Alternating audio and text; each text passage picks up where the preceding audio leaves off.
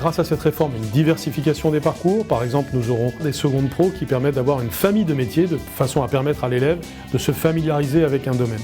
Et ensuite de personnaliser son parcours. Il pourra le faire, par exemple, en choisissant la voie de l'apprentissage ou la voie de l'enseignement professionnel scolaire. Nous n'opposons pas les deux, au contraire. Nous devons avoir des passerelles entre les différentes modalités d'apprentissage. De même, en terminale, on pourra différencier le cursus en fonction de l'insertion professionnelle immédiate que l'on souhaite ou au contraire en fonction de la poursuite d'études que l'on souhaite. C'est cette capacité à personnaliser le parcours de l'élève dans son intérêt qui est recherchée au travers de la réforme.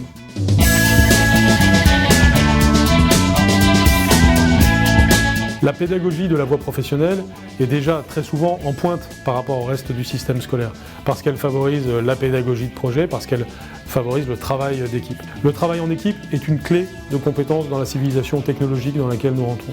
Car dans ce couple homme-machine qui caractérise désormais souvent la vie professionnelle, eh bien, l'homme a une valeur ajoutée lorsqu'il sait travailler en équipe, lorsqu'il sait avoir des mécanismes d'intelligence collective autour des enjeux technologiques.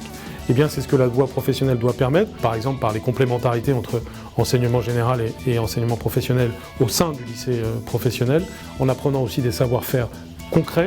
C'est pourquoi les professeurs des lycées professionnels sont dans un rôle particulièrement d'avant-garde dans cette logique pédagogique renouvelée.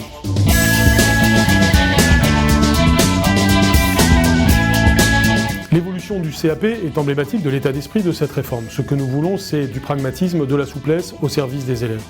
Nous savons bien que chaque élève est un cas particulier et que donc chaque élève nécessite un parcours particulier.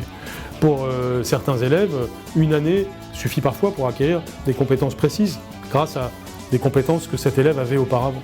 Pour d'autres élèves, au contraire, il faut prendre son temps et ce n'est pas 2 ans mais même 3 ans qui seront nécessaires.